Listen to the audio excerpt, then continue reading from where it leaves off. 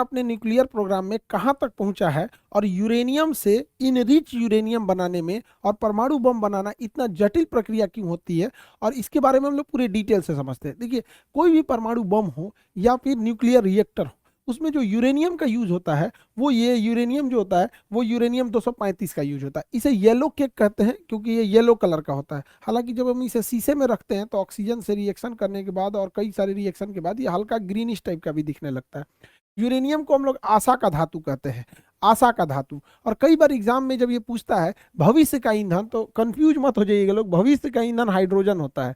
भविष्य का ईंधन हम लोग हाइड्रोजन को बोलते हैं, हाइड्रोजन को। और आशा का धातु का अगर कहेगा तो यूरेनियम होगा। येलो केक भी होगा तो यूरेनियम। दुनिया का सबसे महंगा पदार्थ यूरेनियम है। हालांकि इसकी प्राइस का कभी कोई डिस्क्लोज किया नहीं इंटरनेशनल मार्केट में, हालांकि दुनिया का सबसे महंगा पदार्थ है।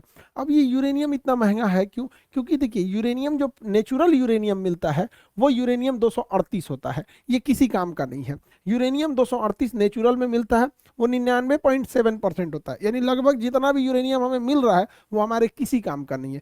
यूरेनियम 99.3 होता है, 7 लिख दिए 3। अब ये जो हमें हमें जो प्राप्त करना है यूरेनियम 235 चाहिए। अब ये यूरेनियम 235 कितना चाहिए, कितना है प्रकृति में? 0.7%। यानी हमें 100 kg यूरेनियम मिलेगा ना, तो उसमें केवल 700 ग्राम हमें काम लायक यूरेनियम मिलने वाला है। ऐसे अगर परसेंटेज नहीं समझ में आ रहा है तब यहाँ पर, तो 100 kg में 700 ग्राम कितना अजीब हो जाएगा यहाँ पर। तो और दूसरी क्या है ना, दोनों मिक्स होता है। यूरेनियम 235 और यूरेनियम 238 दोनों मिक्स होता है। हमें 238 का काम नहीं है, हमें काम है 235 का। अब इसी को इम्प्रूव कर दिया जाता है और 235 को जब एक्सट्रैक्ट करके बाहर निकालते हैं तो उसी के यूज करके हम परमाणु बम बनाते हैं। यही शकल है परमाणु बम की। या फिर उसको बिजली घर में बना के उससे बिजली बनाते हैं यहाँ पर। अब इसको कैसे हम लोग लाते हैं इसे समझते हैं। हम जो यूरेनियम मिला है हमें, उसमें 235 भी है और 238 भी है। 235 और 238 दोनों है। इन दोनों ही यूरेनियम को एक सेंट्रीफ्यूल नामक डिवाइस में डालकर, सेंट्रीफ्यूजल नाम के डिवाइस में डाल के गोल गोल घुमाया जाता है। अब जैसे दही में हम लोग ऐसे मथनी डाल के गोल गोल घुमाते हैं, मक्खन अलग हो जाता है, दही मलाई अलग हो जाता है। सेम वही चीज होता है जिसे हम अपकेंद्र बल या सेंट्रीफ्यूगल कहते हैं। तो इसके जो सेंट्रीफ्यूज होते हैं उसी में इसको गोल गोल घुमाया जाता है। इस गोल गोल घुमाने से फायदा ये होता है कि यूरेनियम 238 साइड में हो जाता है। यूरेनियम 238 जो है ये साइड में आ जाता है, और हमें जो जरूरत होती है यूरेनियम 235 की, ये यूरेनियम 235 बीच में चला जाता है और हम इस बीच वाले से निकाल लेते हैं। इन दोनों में आपस में दोबारा ना मिले और आसानी हो इसे हटाने के लिए, इसलिए इसमें यूरेनियम हेक्साफ्लोराइड नाम की गैस को अंदर डाल के उसके बाद इसे घुमाया जाता है। इसकी फिक्स स्पीड होती है कि इतने स्पीड पे घुमाएंगे तो एक्सट्रैक्ट अच्छे से होगा, और अगर स्पीड कम और ज्यादा होगी तो इसमें बहुत प्रॉब्लम आ जाएगा। ईरान ने भी ऐसे ही न्यूक्लियर प्रोजेक्ट बनाए थे, लेकिन उसके इस सेंट्रीफ्यूल के कंप्यूटर को इजराइल ने हैक कर लिया। जो कंप्यूटर इसे गोल गोल घुमा रहा था उसी को हैक कर लिया। अब वो स्पीड कभी बढ़ा देता था, कभी घटा देता था, कभी बढ़ा दिया कभी घटा दिया। तो उसे जो यूरेनियम 238 से यूरेनियम 235 ये जो मिलना चाहिए ये उतनी अच्छी क्वालिटी का नहीं मिला। इजराइल कितना समझदार, कितना शार्प दिमाग है उसका, उसने कहा कि अगर ब्लास्ट करेंगे तो सोच रहा है दोबारा बना लेगा। उससे ऐसा न बनाते हैं कि कामे लायक न रहे, उतना तगड़ा विस्फोट ना हो सके। तो ये इजराइल ने किया था, सेंट्रीफ्यूल की स्पीड को कभी बढ़ाता था कभी घटा देता था, कितना ऐसा करता था कि प्योरिटी ही उसमें नहीं रह पाती थी। तो इजराइल का प्रोग्राम जो ईरान के बेसिकली प्रोग्राम को रोकने के लिए ये सारी चीजें की गई थी। अब जो यूरेनियम हमें 235 मिलेगा, यूरेनियम 235, अब ये यूरेनियम 235 को और भी प्यूरिफाई किया जाएगा। तो पहले तो 238 से हमें ले आना है 235, यूरेनियम 238 से हमें बनाना है 235। अब जब 235 मिल गया, अब इसे और प्योर किया जाएगा। अगर 5% इंक्रीज करेंगे, 5% प्योरिटी लाएंगे, इनरिच करके, इनरिच बोला जाता है उसे, प्योर नहीं बोल के इनरिच कहेंगे यहाँ पे, तो उससे हम परमाणु बिजली घर बना सकते हैं। लेकिन अगर इसे 90% तक इनरिच कर देंगे तो जाके परमाणु बम बनेगा। यानी जो बिजली घर वाला यूरेनियम है, वह यूरेनियम से हम परमाणु बम में डालेंगे तो उतना तगड़ा झटका नहीं देगा, उसे और शुद्धता की जरूरत है। लेकिन दोनों में ही यूरेनियम 235 का ही यूज होता है, 38 का यूज नहीं होता है। यूरेनियम 235 को साफ करके जब इनरिच करके ले आते हैं तो इस तरह से उसे बंडल बना के रख लेते हैं यूरेनियम को। अब समझिए 1 kg यूरेनियम 235 में, 238 में नहीं भैया, 1 kg यूरेनियम 235 27 लाख केजी कोयला के बराबर ऊर्जा देता है। यानी कहीं पर 27 लाख कोयला जला दीजिए, 27 लाख केजी कोयला जला दीजिए, जितना आग लगाएगा, जितना तबाही मचाएगा, जितना त्रहिमाम त्रहिमाम कर देगा, उतना ये अकेला 1 केजी कर देगा यहाँ पे। इसलिए दुनिया का सबसे महंगा पदार्थ होता है यूरेनियम। अब कहते हैं ना परमाणु बम इतना खतरनाक क्यों होता है? अरे भैया 27 लाख केजी कोयला के बराबर एनर्जी है। आप अपने ही जिला में 27 लाख केजी कोयला छींट दीजिए और उसमें माचिस मार दीजिए, देखिए आपका शहर उड़ा देगा पूरी तरह से।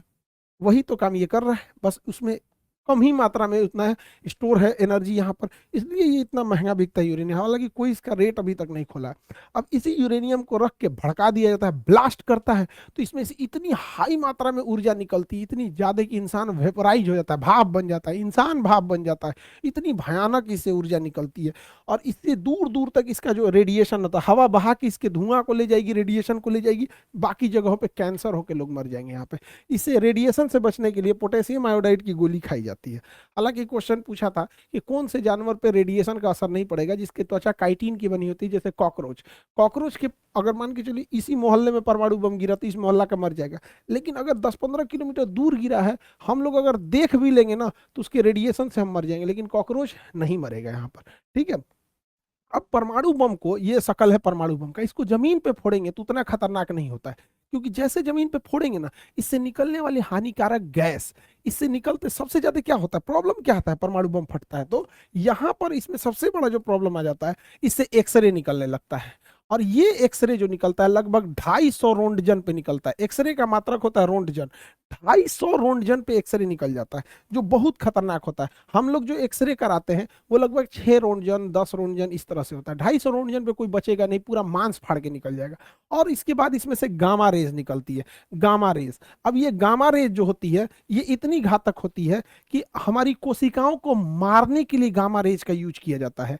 बहुत हल्की मात्रा के गामा रेज का यूज जिस एरिया में कैंसर होता है उसे मारने के लिए किया जाता है कि कैंसर मर जाए, लेकिन इतना हाई पावर का इसमें से गामा रेज निकलता है कि पूरी शरीर मर जाती है यहाँ पे। तो ये दो ही खतरनाक रेडिएशन होती है। और सबसे ताज्जुब की बात यह है कि ना हम लोग गामा रेज को देख सकते हैं, गामा रे भी हमें नहीं दिखाई दे सकता है, और ना ही हमें एक्सरे दिखाई दे सकता है, तो हमें दिखेगा ही नहीं, अचानक आर पार होकर मर जाएगा आदमी यहाँ पे। यही खत्म, जैसे कोरोना कहाँ हम लोग को दिखता था, अचानक किसी को हुआ कोरोना मर गया यहाँ पे, तो वही होता है यहाँ पे। अगर गामा रेज लग गया तो पता ही नहीं चलेगा वो क्या हो गया, 10-15 दिन बाद, 1 हफ्ता बाद आदमी मर जाता है। तो परमाणु बम एक तरह का विस्फोटक घातक नहीं होकर यह एक प्रकार का प्रदूषण है, जिसे नाभिकीय आपतन कहते हैं, न्यूक्लियर फॉलआउट कहते हैं। ये जमीन पे अगर पटका गया तो इसके जितने रेडिएशन है हानिकारक, उसी मोहल्ले में घर द्वार गली कुची में भर जाएगा और दूर तक खतरनाक इसका असर नहीं जाएगा। इसलिए जब भी परमाणु बम को ड्रॉप किया जाता है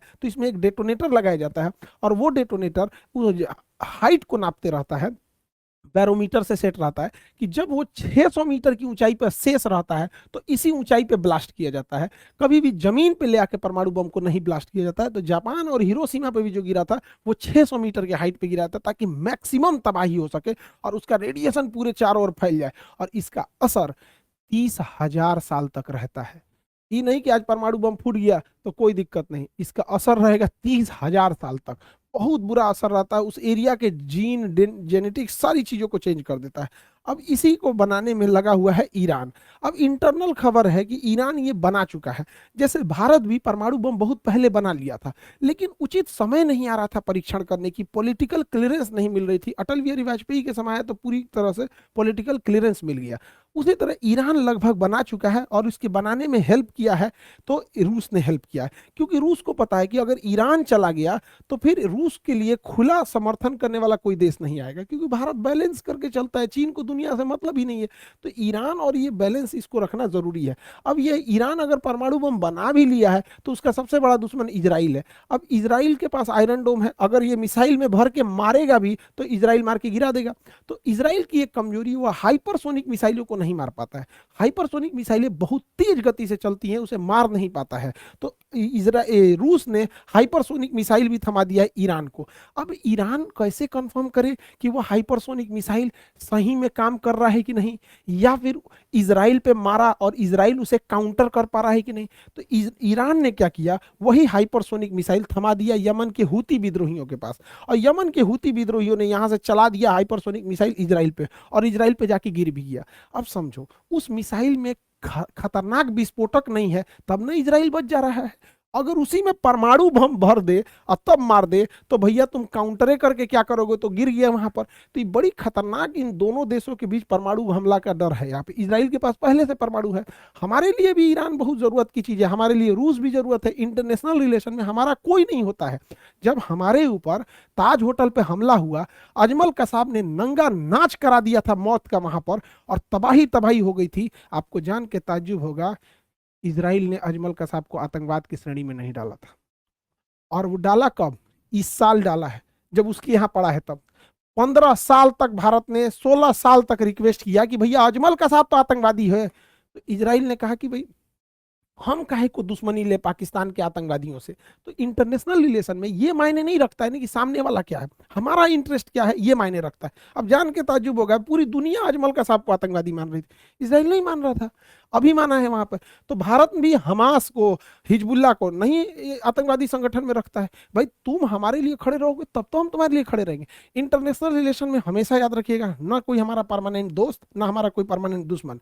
नरेंद्र मोदी जब गुजरात के चीफ मिनिस्टर थे, तो अमेरिका ने उन पर ये गुजरात दंगों का एलिगेशन लगा के अमेरिका में घुसने पर प्रतिबंध लगाया था, कहता वीजा ही नहीं देते हैं यहाँ पे।